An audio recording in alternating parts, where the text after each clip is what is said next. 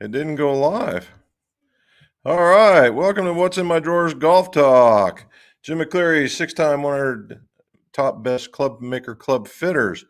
And for some reason, it didn't go live. Imagine that. Technical difficulties when you do everything at the very last minute. That particularly stinks. So let's do this.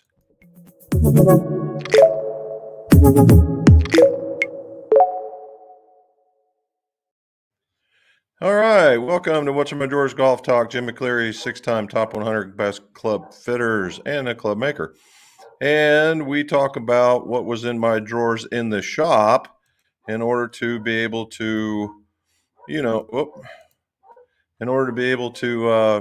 discuss golf equipments, golf reviews, golf repairs, golf fittings, and golf opinions. So this is, boy, oh boy, we're going to get started off on the complete wrong foot today, guys and gals. All right.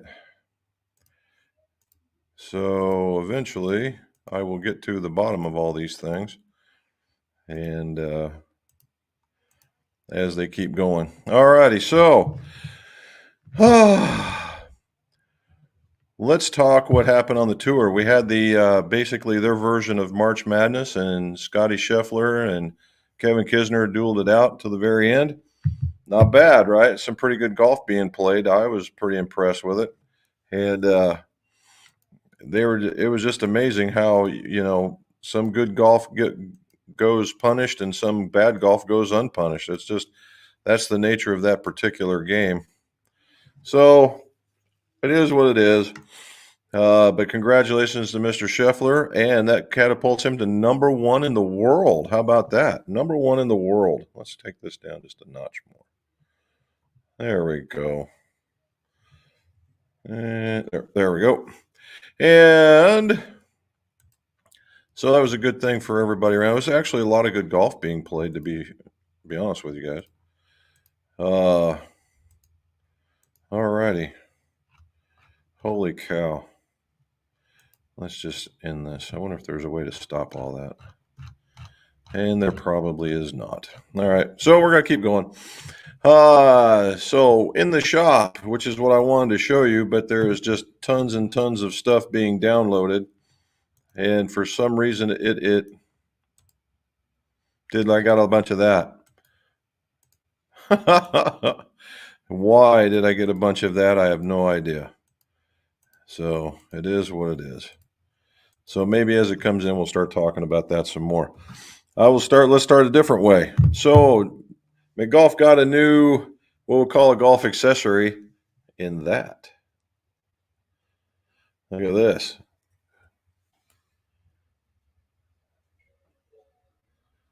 There we go. There we go. So it's another bin shot. I sent some golf balls to bin shot and then had them put my logo on here. And so I've got a nice little glass, and this has got the Jameson orange in it. Not bad at all. Okay, so what did we do? Well, we had a bunch of fittings and almost nobody from the state of Ohio, of which I'm located. We had a gentleman come from New York. We had another gentleman come from Pennsylvania. We had a father and son come from Indiana. And I think we had another one that came from up in the Toledo area. And it's absolutely crazy.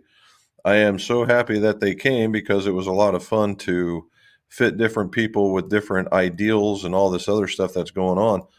And I don't know if I mentioned it last week. I also, just beforehand, I got to fit a teenager who is number 6 in the state of West Virginia.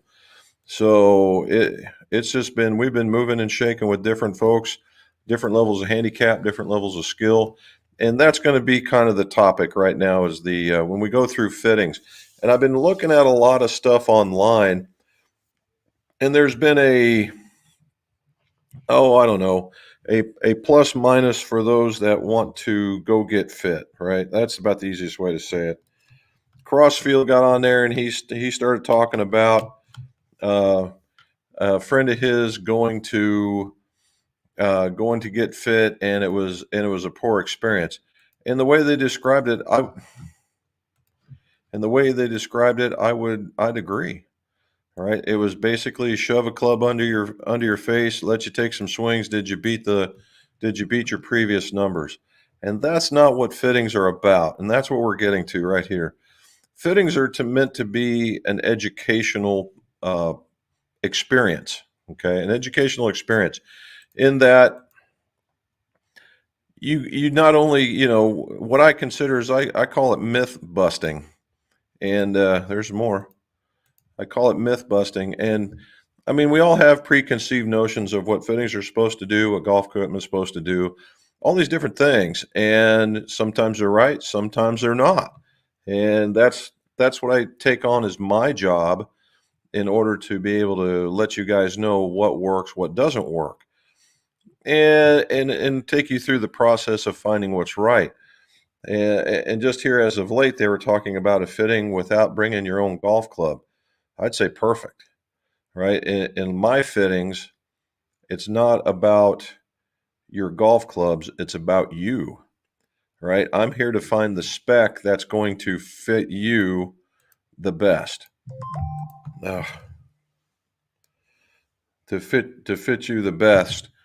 And I do that by finding there's bright arteries. Find the specs, right? I want to find specs. I don't want to see how your club worked. I want to see how the new clubs are going to work for you. And that's a bit of a different philosophy in some of the cases when you go to these places.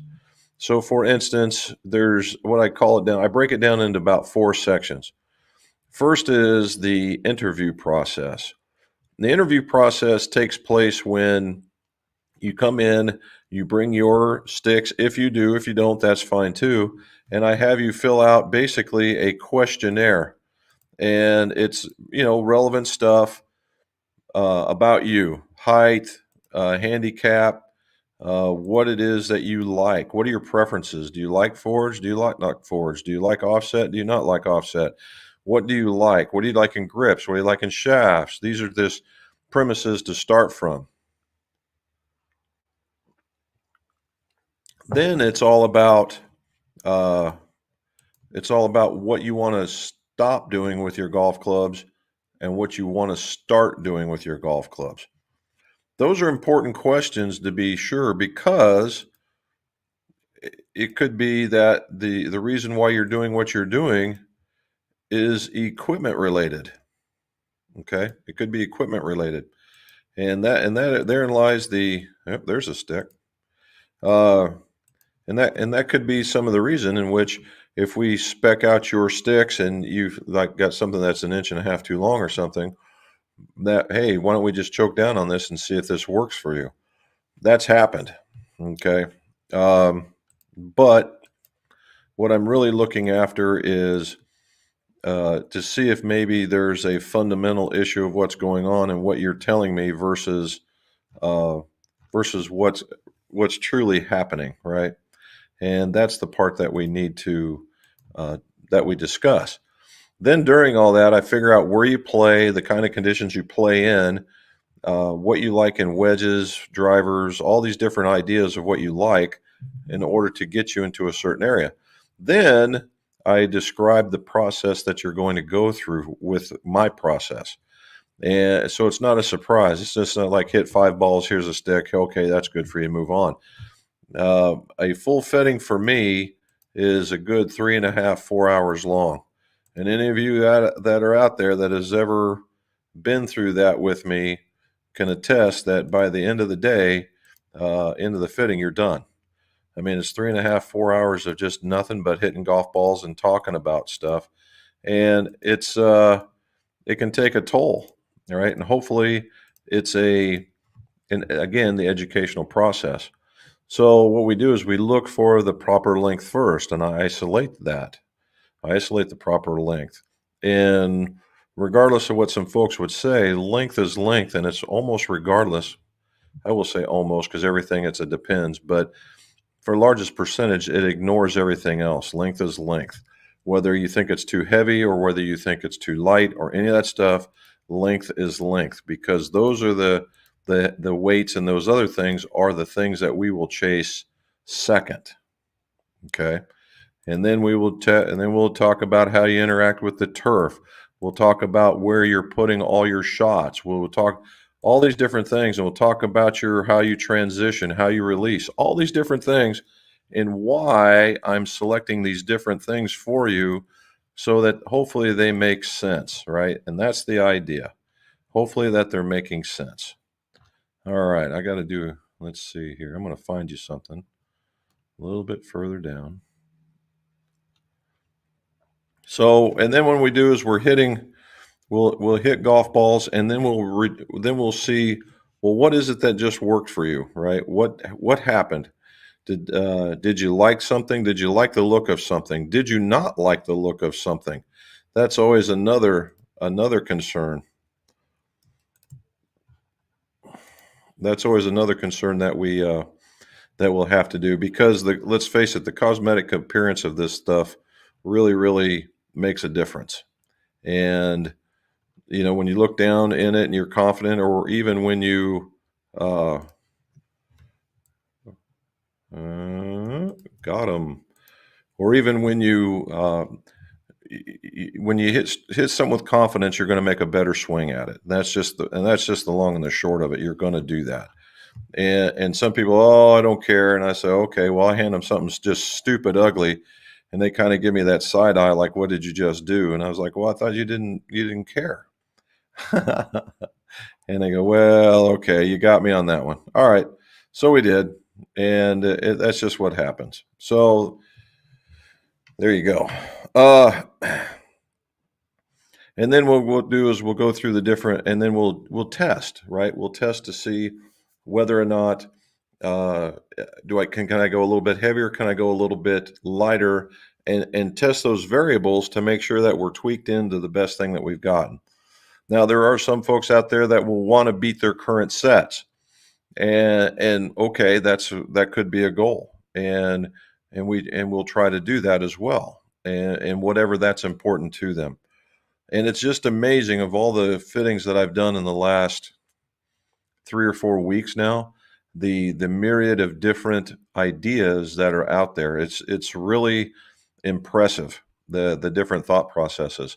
And it's also different, the different fitting processes that some of these folks have been through, that they describe to me what has happened to them in fitting processes. Much like that Crossfield one, where this guy just hit a few of his own shots and then hit another club and said this was it. And it's staggering, some of the stuff that's out there. So for those of you guys that are not within striking distance of me and are interested in getting a fitting, before you go and get fit, let me give you a couple of tips. All right, a couple of tips prior to going to get fit. Now, this probably ought to be a video. Number one, don't necessarily go there, right? Find the fitter. Most fitters have an online presence, and go and see, number one, do they carry the stuff that you're interested in buying? Or if you're not, who cares? And then look and see if they have any reviews. And then go see if they talk about how they would perform their fitting. And if it looks interesting to you, then call them and talk to them about the fitting process. Talk to them about some cost. What are the things? Some people will give the fitting away for free if you buy some clubs. I'm not necessarily a fan of that, because it's time and effort. Now, can you do some discounting? Sure. But some give it away, and it's purely a business model. That's not for me to tell them how to do it. It's just an agree or disagree. And then talk to them and see if you get a level of confidence. Then do a little bit of research. Most golfers do, about the types of clubs that you think that you would like, or even the shaft, or even the grip, and have them fit you with that, or give you a reason why it would work or why it would not. All right. For instance, I had a gentleman that wanted to hit a blade, knowing full well it was outside of his range, but he just wanted to hit it to see whether or not he could hit it. And he could actually, but where he was going in life was, he just has some kids. He's going to be chasing them around, and he's not going to be able to give golf the attention that he once did. And so what we did is we stepped it down a notch into like a player's cavity, of which he hit extraordinarily well, and that's where we settled. It's those types of things. Where you at in your life as well, right? You have rotator cuff surgery. Do you have a knee injury, back issues, something along that lines? And then go through and ask questions during the fitting process: how, where, when, why, and see if you get them. And then ask, and then it's up to you at that point. All right. Okay. Let's see. I think I did these. Let's see what this is.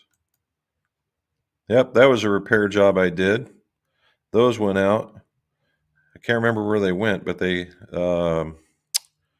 think those are going to Texas.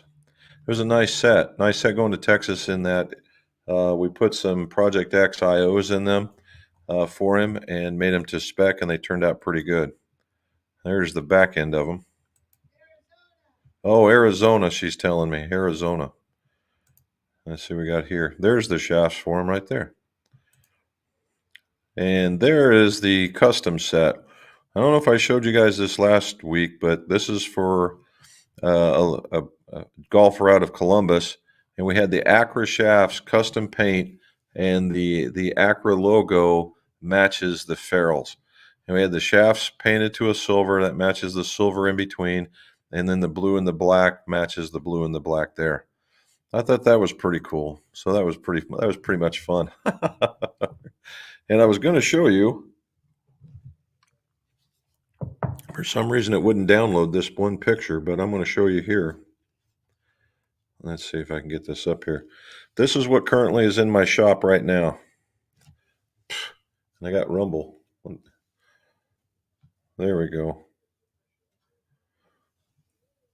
All that's sitting in my shop. This thing's not focusing very well. All that's in my shop, so I got some work to do after we do this video.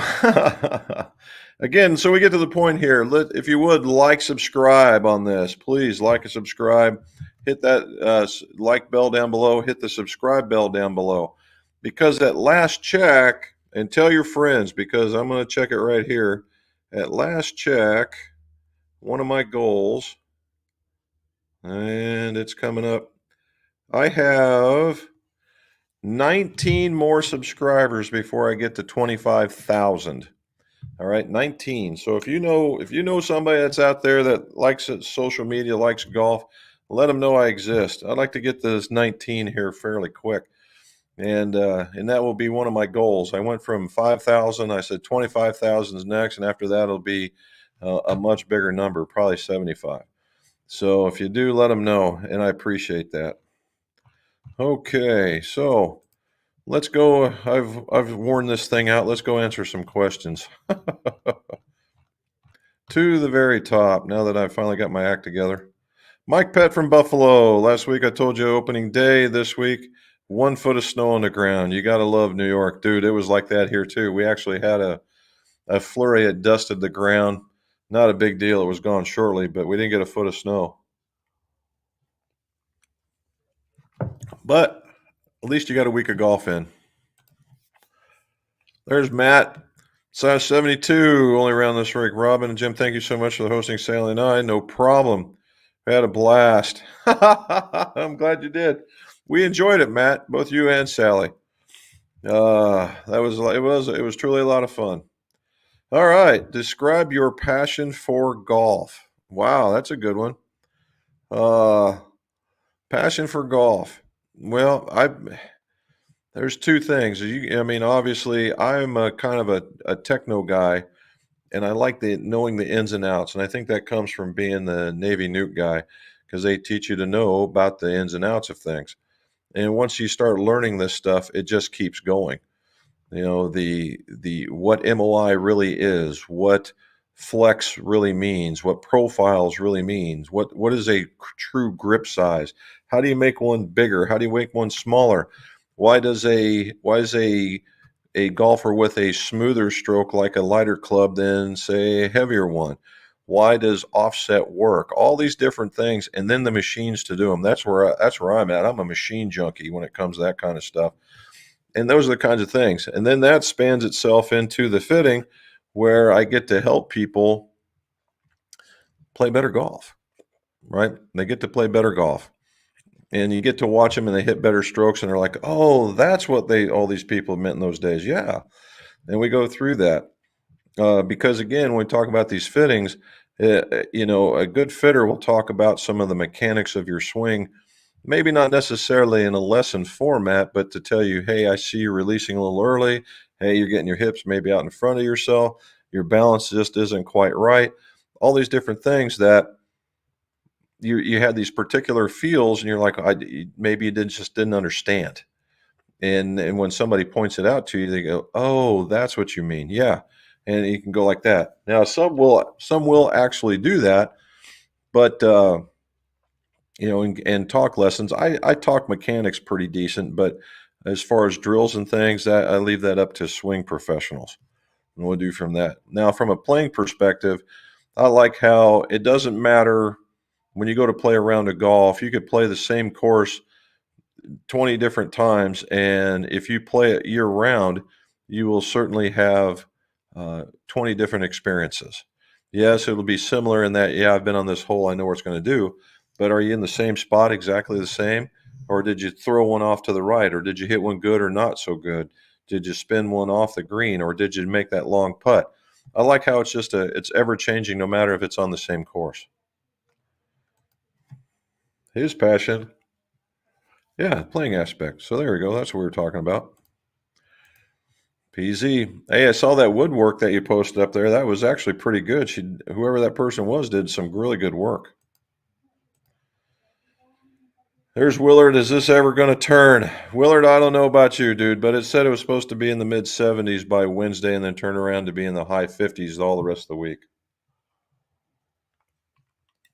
I can't wait for it to be turned, for real. Danny Freeman shot a 79 and win Saturday. Got home. I got to 35. Yo, man. So you beat it. Good job. And 79. Well done. All right. Danny asking, Callaway had a 50% trade-in bonus over the weekend, so ordered a Rogue ST Max with a Project X50 Lite shaft, 1 to 2 weeks to deliver. That's not too bad. So I will say this, Danny, that the Callaway folks tend to live and die by that under promise and over deliver. So 1 to 2 weeks. If they said 1 to 2 weeks of delivery, I would assume that you're going to see it in about a week. That's what we're seeing here. A week to 10 days tops if it's something really off the wall. But ST Max with the Project X in there, with that cipher, that's a standard shaft as far as I'm concerned. Should be good to go. And good job. Charles Bartholomew, how you doing? 72 is a nice round. Managed to 82. We'll get there eventually. Well done, sir. And we've got you on the list for whenever Wilson decides to let go of some stuff. Arnie Sanchez, Laredo, Texas. How are you, sir? And Ura. Quick question: How would bending a shaft from 52 to 54 degrees, 56, 50 affect how it plays? Okay. So you're adding loft. Basically, what's happening is you're adding loft. You're adding 2 degrees of loft, which in effect, you're going to add 2 degrees of bounce. Okay. So if you had a 52.8, it's now going to be a 54.10. And same thing with the 56 to 58. So if you're playing hard pan, you're going to have a greater likelihood of sculling it. If you're playing in what would be considered really nice conditions or average conditions or in the rough, chances are you're probably going to like it. But that's what it does. Outside of that, it doesn't do too much more.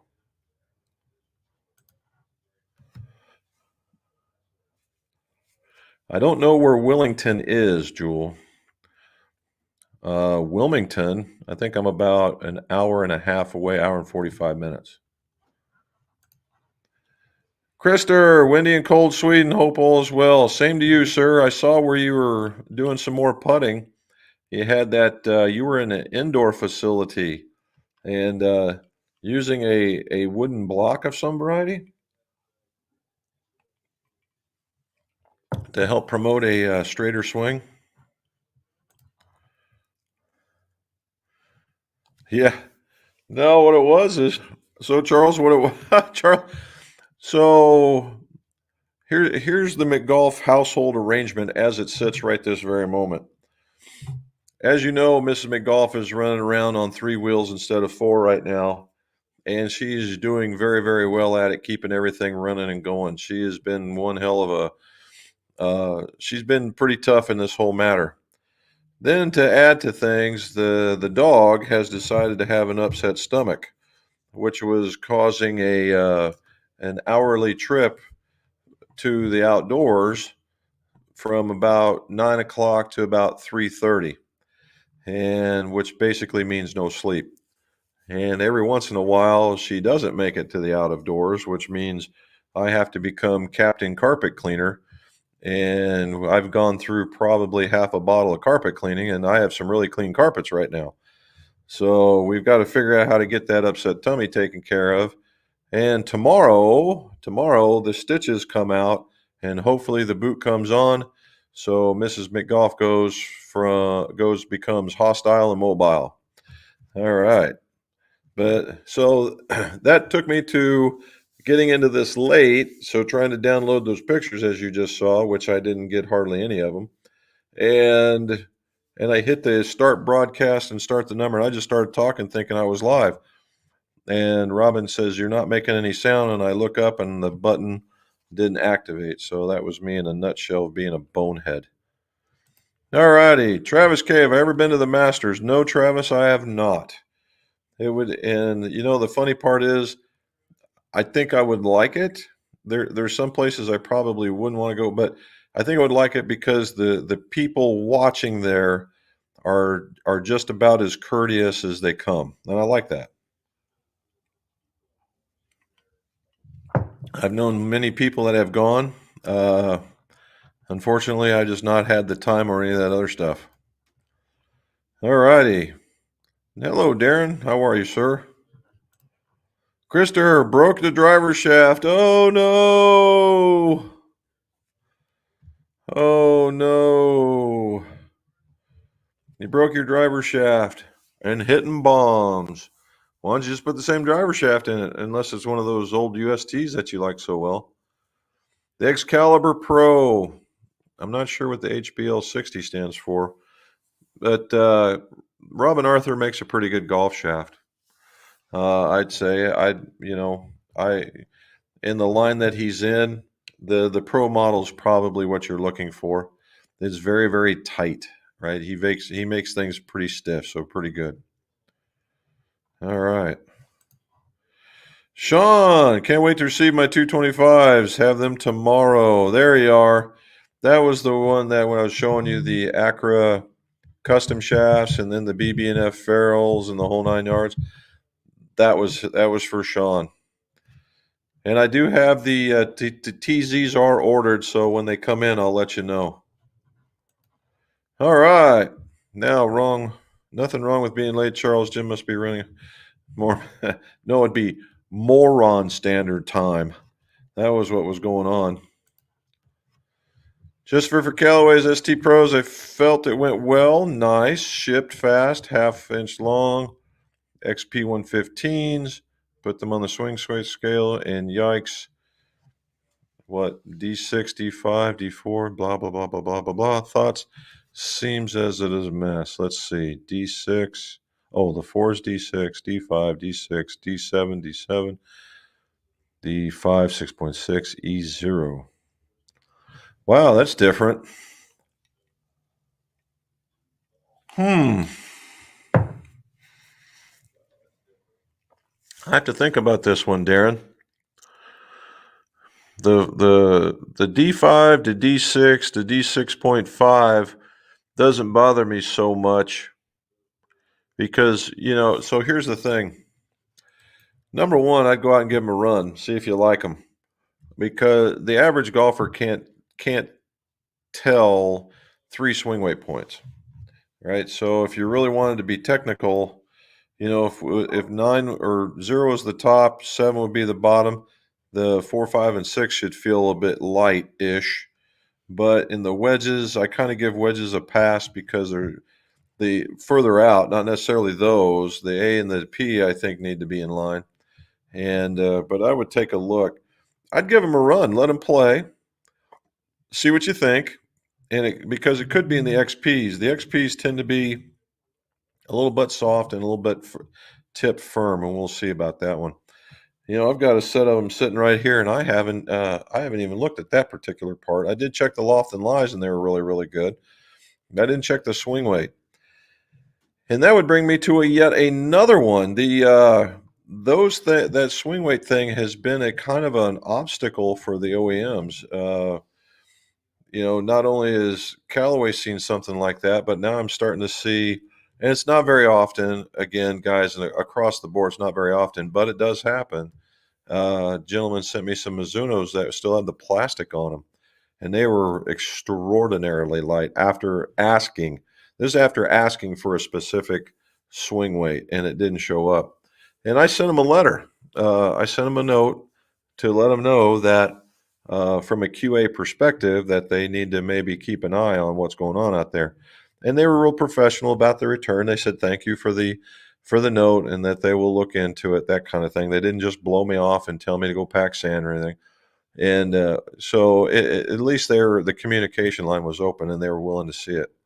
However, that's a pretty, I mean, at least it's increasing to an extent. This one kind of, that 8 iron kind of throws me off a little bit. But again, I'd go hit them, see what you think. And then if you don't like them, tell them you don't like them and have them see what they'll do for you. Yeah, only through the magic of television, Charlie. That is right. Seb, how you doing, buddy? How would you make a swing weight lighter on an iron if the swing weight is too heavy? And what would you do if the swing... Let's fix this real quick. There we go. And what would you do if the swing weight was too light? What could you do to make the swing weight heavier?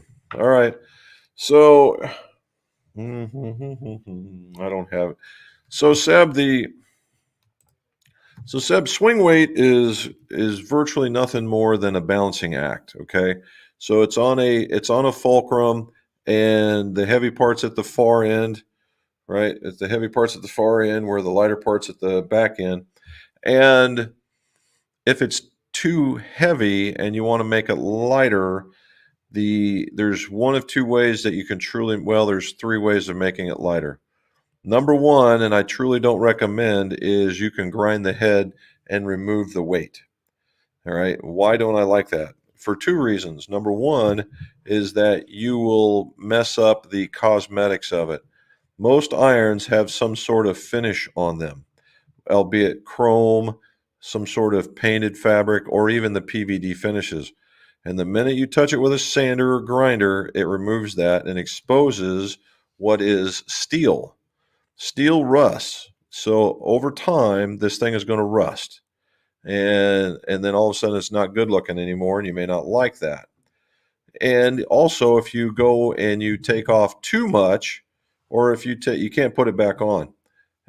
But you also have the ability to remove the dynamic of the head, meaning that if you take off enough, you could mess up how it interacts with the turf. You could mess up a center of gravity. You could remove too much. You could remove bounce or add too much onto the club. There's a whole lot that goes on with these clubs, and they're made in such a fashion that if you remove a lot to adjust swing weight, it could impact the way that the club hits. The second way to remove swing weight is to put in a lighter shaft. And again, I wouldn't necessarily recommend that either, because when you put in a lighter shaft, then again, you will change the feel. Now, I have had guys where if you've gone to a lighter shaft, that they said that they felt the head even more than they did when the shaft was heavier. Not everybody does that, but more than there were before will say that. So there's that. And then finally is you have to back weight, and you add some weight to the back end, and you would make the club lighter by swing weight by measurement. Now, what did you just do? You just added weight to a club to make it lighter. Make sense? Not necessarily. So you got to be really careful about doing that. Unless this thing is an absolute sledgehammer, you want to be careful. Now, adding little bits of weight, 2, 4, 6 grams, maybe, but I wouldn't go crazy on doing that. Now, on the other end, if you want to make it heavier, there's 3 different ways of doing that. Number one, and the easiest, is adding lead tape. And we did that with the gentleman from Indiana. He was a very aggressive swing tempo, and I put a couple of lengths of tape on his club, and he hit it better. And it was because he was finding it in the backswing. And in this particular case, making the club heavier was a good thing. Now, that when you put tape on, you really kind of, again, you mess with the cosmetics. Some people don't care, some people do. For those that do, you'd have to take apart the club and add in tip weights. All right, and they make a myriad of tip weights that could fit whatever it is you need. I like that. It's cleaner, it's not super intrusive, and it's quite easy to do. Now, the third one is that you can add weight down the shaft. And what people have done in the past is they will take tungsten and they will measure a specific amount, pour it in there, get it all the way to the end, get it on the swing weight scale so that it works, and then uh, they'll run a cork down there and they'll jam it and get it nice and tight. I'm not a fan of that either because temperature can have its way with cork, but it has been done. So that's what I would do. All right.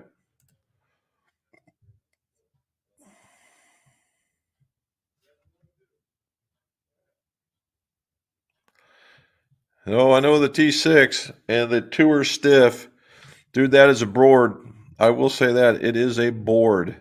So yeah, where you normally live, this is one of those that should match. I'm not so certain about the half-inch tipped, but the Tour Stiff is going to be all that in a bag of chips. I would personally, in the Tour Stiff for that line, I would not do the half-inch tipped. I would probably just get the shaft and put it in and just cut it a half-inch long. And if you don't like it, then you have it pulled apart, tip it back, and you're at the normal length. Steve Thorne, how are you, sir? And from Facebook, good job. All right, Darren, will adding butt weight to the shaft mildly take some flex out of it? Not necessarily, no. Mike Hetrick, what's going on?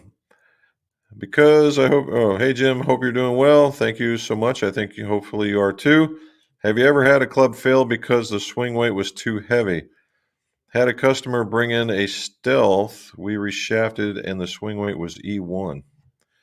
No, not from just pure weight. I've had clubs fail, but not from being too heavy. No. And E1, although E1 is heavy, particularly if you've made it really long, or if that club is super heavy. If you're running at, let's just say you're running at 45 and this thing's an E1, something's wrong. All right. And unless it's like a 90 or 100 gram shaft, then there's something wrong in that head.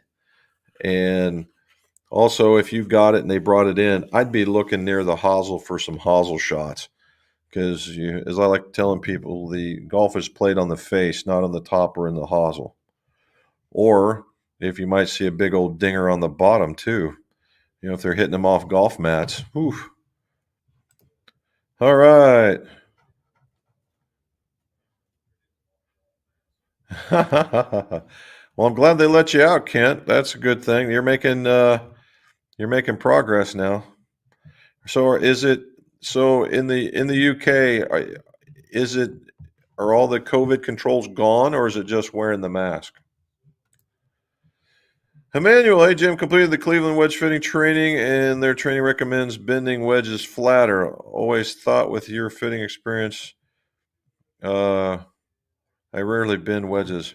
Well, I'll bend them to be in line. I've heard that as well. They've, about a degree flatter, in order to get it around. again, Emmanuel, just like anything else, the right answer in golf is it depends. If you were in a place like Texas, where everything is, traditionally, I'm going to an extreme, where everything's very, very flat, and most of the courses are in extraordinarily good shape, then probably, because there's a lot going on there, because the style of golf would warrant that, because they have to keep it down out of the wind. They got to get under the club, and that little bit of flat would promote that. Now, here in Ohio, where it's mountain golf, probably not. And that's because we have undulations that are up and down, and you're on your toe, on the heel, back and forth. And there's some times where you can be too flat, and like upright as well. And bending them flat probably is not the way to go. So that's what we find in all the fitting experiences, right? That's the reason why I ask, when you do wedge fittings, where do you play? How do you play? What do you play in? And those kinds of things. And then you can come to that conclusion.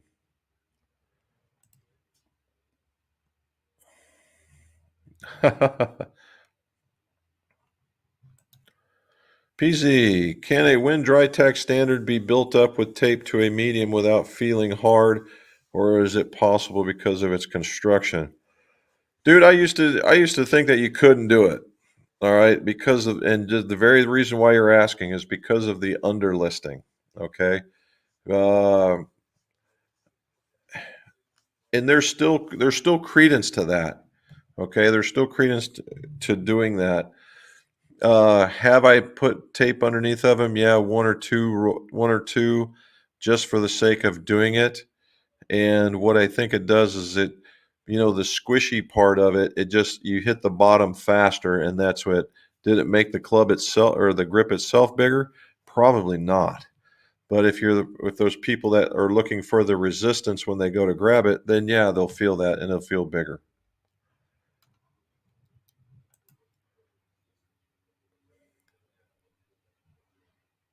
The word is height, not height. I'm going with height, man. That's where it works for me.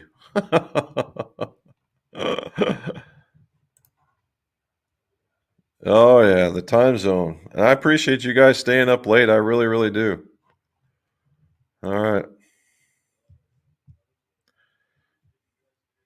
Nope, the COVID. In fact, around here, the CDC, the Center for Disease Control, has gotten to the point. We had where DC, they weren't wearing masks, and that was because their ratio per 100,000 was at a particular level.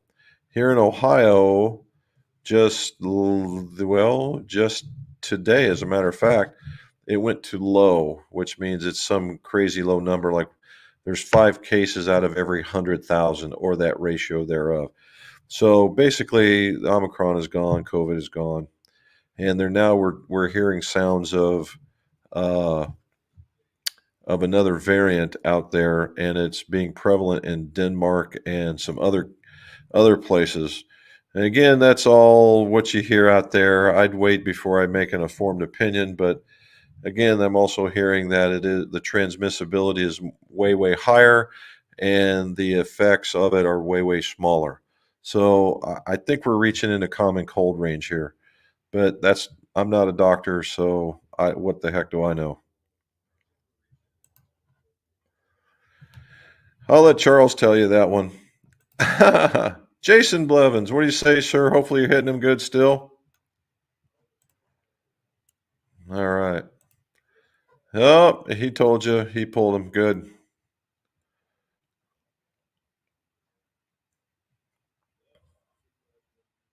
There you go.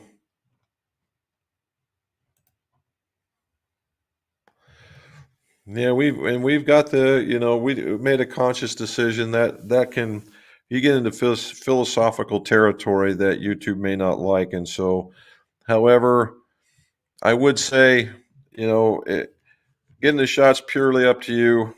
We did it because my dad is next door at 85, and I worked at my other job. And it was a requirement, and that's fine. I didn't think it was going to hurt anything, and if it helps you get by it and get through it, I think it was the smart choice. Now, other people have different philosophies, and they're more than welcome to that as well. All righty. Brendan, how are you, sir? All right. If you go for graphite shafts in your irons, do they tend to be lighter? I like the weight and feel of the Project 6.0. Well, as we were just kind of talking about that, Brendan,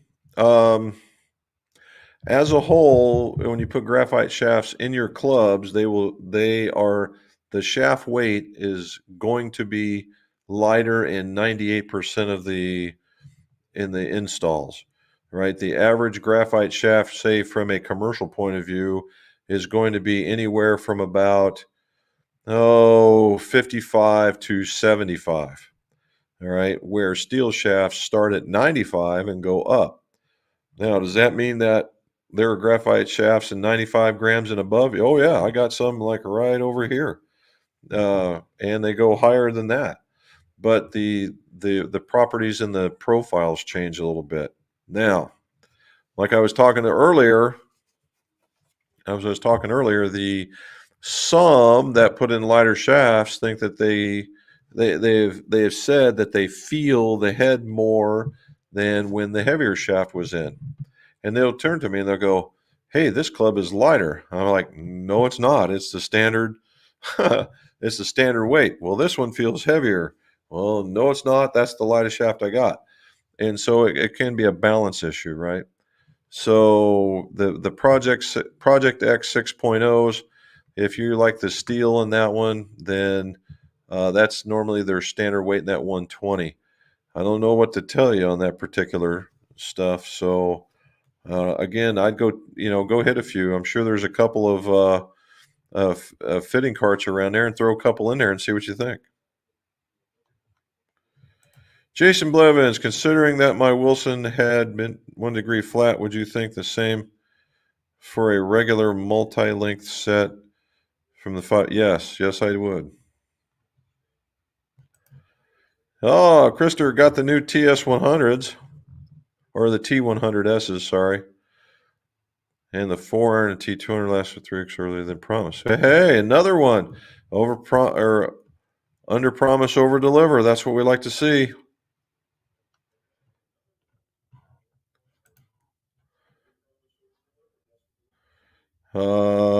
Well, there were some. Yes, those ones that you were talking about. Let me go up here. Let me see if I can find it here. Not those. Those. And let's go back to here. Like that? Yes, those are Mizuno irons. Those are the 225s. The hollow bodies. That's what they're there for.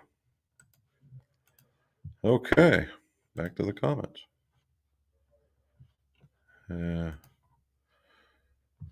Yeah, I do. And I wish I should have shown you another picture on the outside. I think I got 4 or 5 boxes outside for boxes to build. Has anybody got a topic? I do need to start doing that again.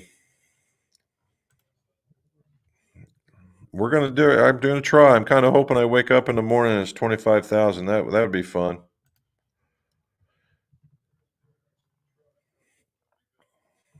Yep. I've been telling her that it's the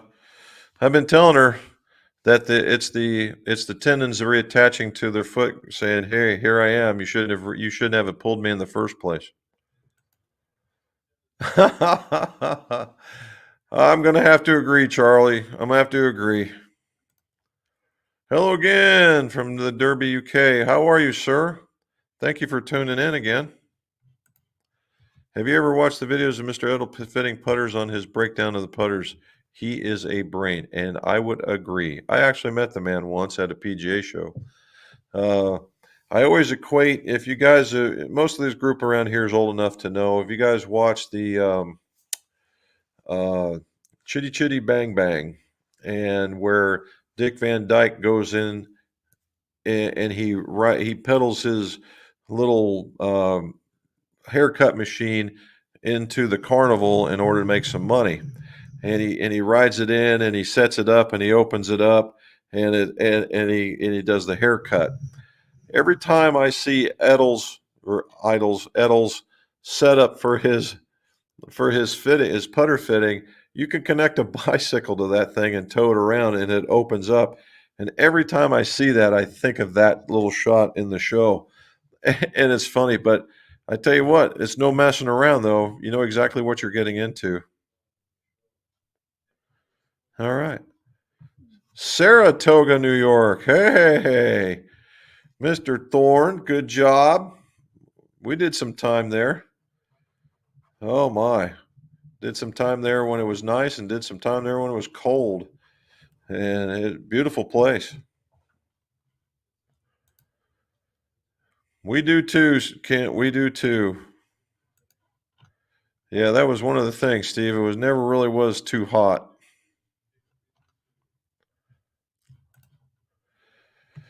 Yes, we were. We went there. S3G, buddy. S3G.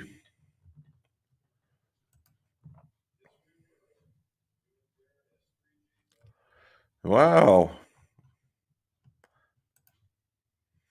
Oh, that means he's there. I hear they're shutting it down though. They're on the ragged edge of being almost done. All right. Curry, that sounds pretty tasty actually. Managed to get my hands on a new Rogue driver today. Today looks like I might be parting with some money. Well, Michael, I tell you what, we did I did the two reviews over where I did the LS versus the Triple Diamond, and then I did the Max versus the Max D. They're both the latest ones that are released, and they are different. The two sets of models are for specific folks. Although the LS, if you're anywhere near a decent ball striker, I think could work, particularly if you wanted a lower spin. I don't think it's that far out of touch for a lot of people. I really don't. I think you could probably get away with something like that. But what really sells it all is I got this thing going here. What really sells it is the coloring. That matte black, I think, is something to look at. I think a lot of people are really impressed with its cosmetics. Oh, lived there most of your life. All right. Shimmerin, what do we got? I have a graphite design 280 95X in a UT. Okay. 39 and a half inches. 39 and a quarter inches, sorry. Love the feel. Wanted to have the same shaft and 18-degree hybrid. How would I get the feel the same given the head weights not and what length? Okay, so Simran, you could use the same exact shaft and put it in there. And at 18, the difference between a 20 and 18 is probably going to be about a half of an inch. So instead of the 39 and a quarter, which really means it's 39 plus the grip cap, you could go 39 and a half raw and then put the thing on. You should be good to go. High balance point tour though. Yep. That's going to be tough, dude. I'm telling you, I don't think I'd really trim it up just yet. I'd make it a half inch long, choke down, play around with it, and see what you think, and then consider it.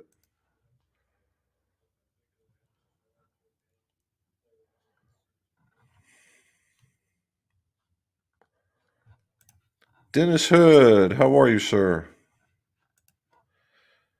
Bush, 5252. I need to glue an 11-gram, 4.5-inch brass rod into a senior graphite shaft to get the proper swing weight to D2. Holy cow. Will this rattle if I don't totally epoxy it up 3.5 inches up the shaft? Holy cow, dude. Uh, yes, it will. It'll eventually do it. So, trick of the trade. Trick of the trade. Pro tip: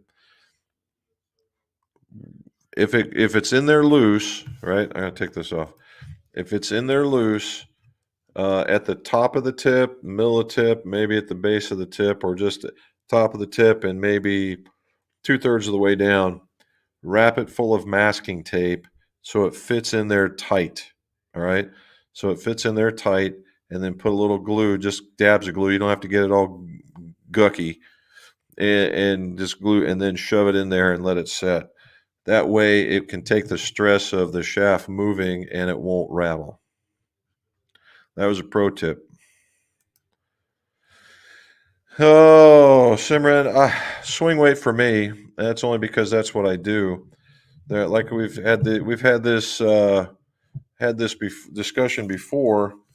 Is that there are some guys that have MOI and they will only build MOI going forward. Uh, I think it is a doable idea, MOI. I just don't think that there's enough data to support what needs to be what. And that's the same thing with swing weight. Swing weight is purely personal, right? Oh, I think it's too light. I think it's too heavy. But what they've said is, what we got used to is D2, D4. Those are numbers that everybody throws around, or D0, D2. And that's just a function of the build, right? That has nothing to do with, hey, I think this is the best for you. That's just the function of the build. And the same thing with MOI. What they're going to ask you is, what's your favorite club? Well, it's the 7-iron, right? Or the 8-iron. 99% of people say that. And so that's the MOI for you. That's the MOI that they're going to build everything to. Well, what if you like something different? Same thing in swing weight. I do like the premise of MOI. I just think swing weight's just probably an easier to come to terms with. All right. Mark, what's going on, sir? Any advice on rehab on lead wrist injuries? Oh, my goodness gracious. Well, Mark, not to sound like a turd, but whatever the doctor tells you to do, man. If you've got it, if he's letting you do exercises, the one that has always been kind of unique for me is where you hold the club up and then you turn it back and forth about 5 times a piece, and then switch over to the other one so that they both stay as strong. But I wouldn't do it until you're healed, because that can get heavy.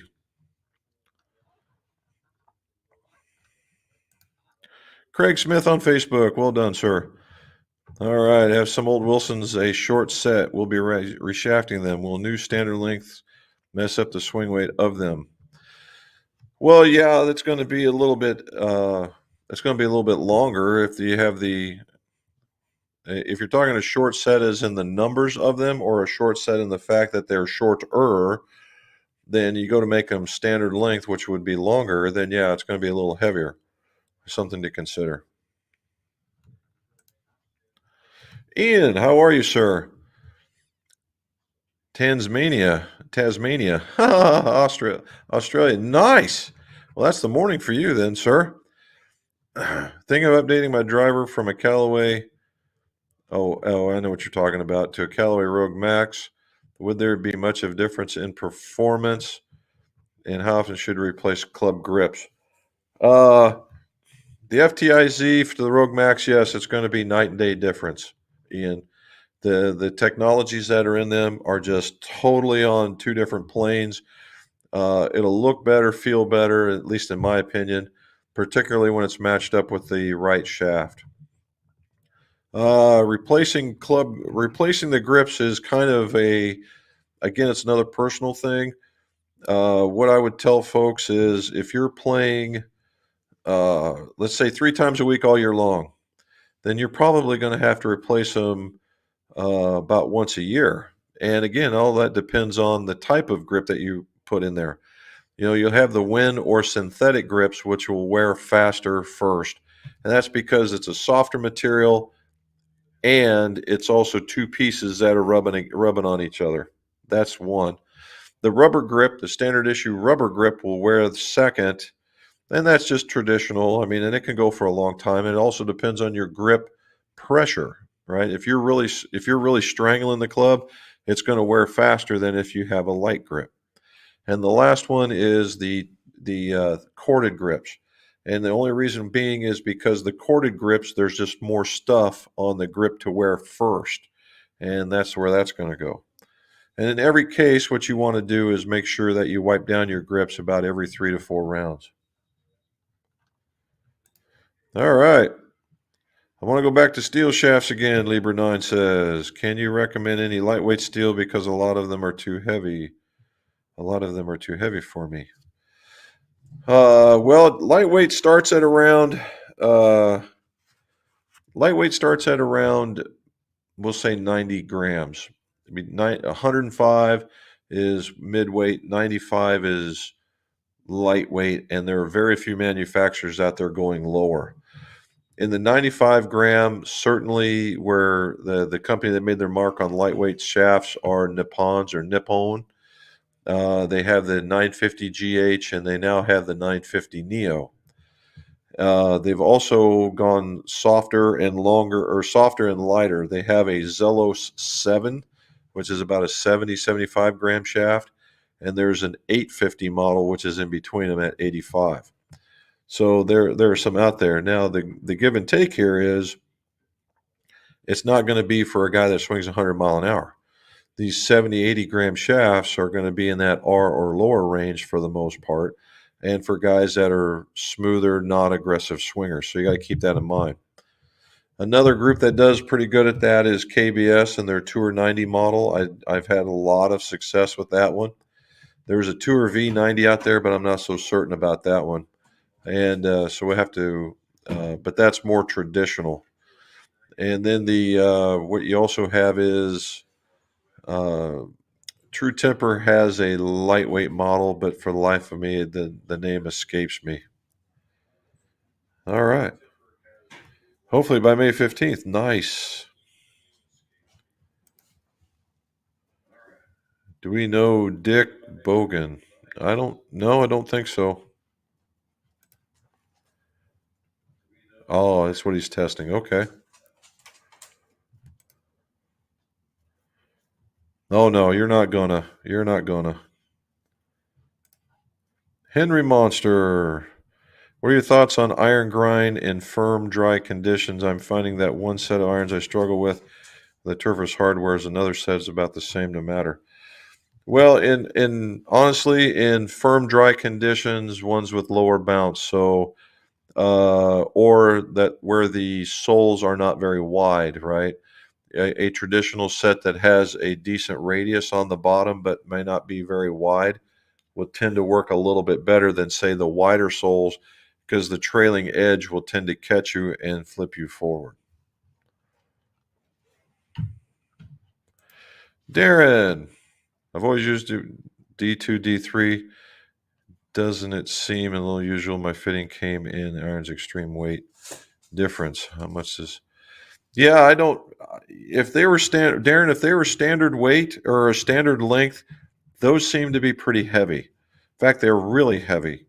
You might look at the length and make sure you didn't get something a little bit long. But yeah, I mean, if they're made to standard length, those things are too heavy. All right, Henry. By the same line of reasons, I love my CBX wedges, but I struggle on course firm. Yep. Well, the CBX2s, so those have wide soles. All right, just the very thing I was telling you. All right.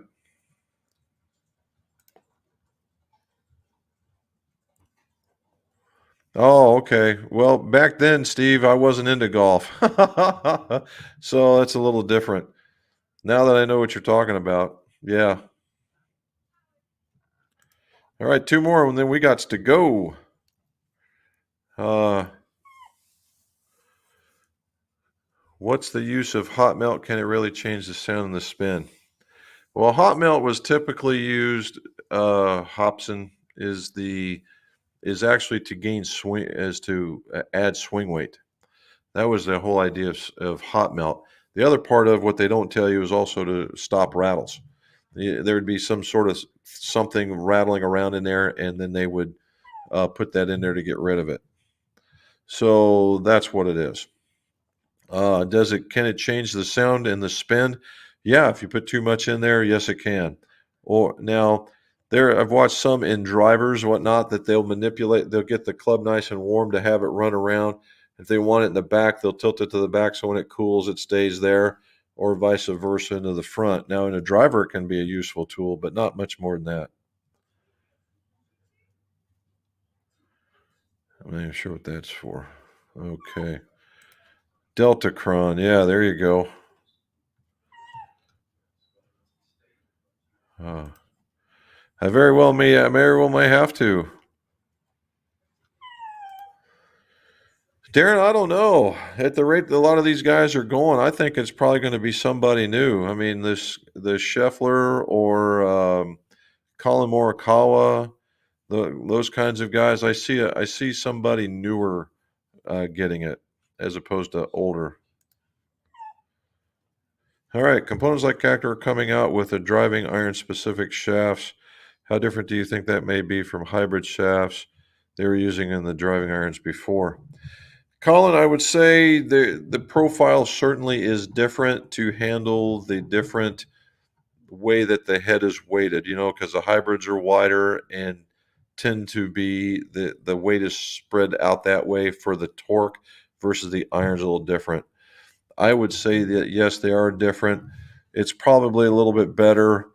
Would the average golfer notice it? Probably not. The better golfer probably would. All right. There's Wade Brink. What do you say? New.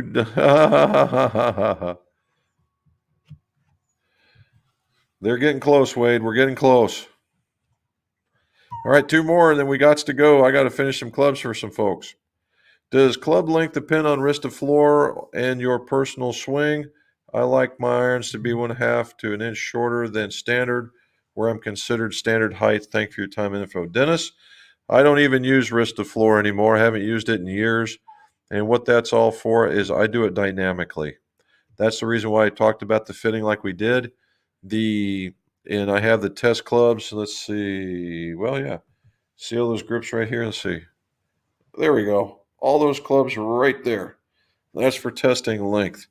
And we do it dynamically because you can be standard length or standard height but have really long arms. Or it could be standard height and be bending over more because you have a back injury, or that's just the way you like playing. And so those are all those things that you got to take into consideration. Missed last week, getting here very late this week. Hope those. Yep, we're gonna keep them going, buddy. All righty, thank you very much. All righty, let's go. Got a couple, man. Brian Marks, hello. What's a good launch angle for a driver 118 mile an hour swing speed? Ooh, 4 handicap. 15 to 16. 15 to 16 is not bad. Brian, 15 to 16 is not bad. In fact, I'd like that. 15 to 16 is pretty good. So I would go with that.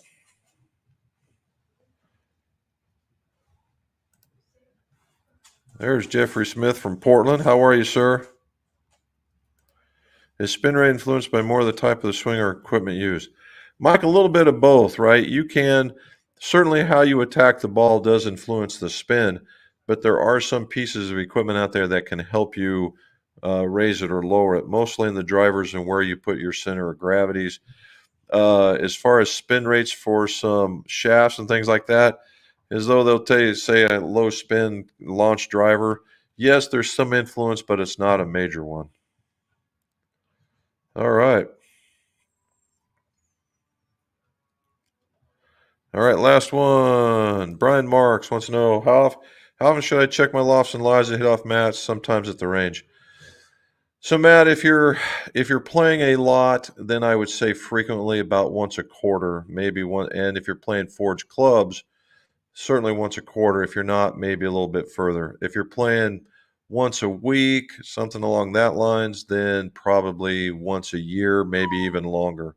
And if you have cast clubs, even longer still. And that's what we tell folks. All right, guys, that takes us to the end. I'm almost 15 minutes over. This is a good one. Don't remember, like, subscribe. We're going to try and get to 25,000 overnight.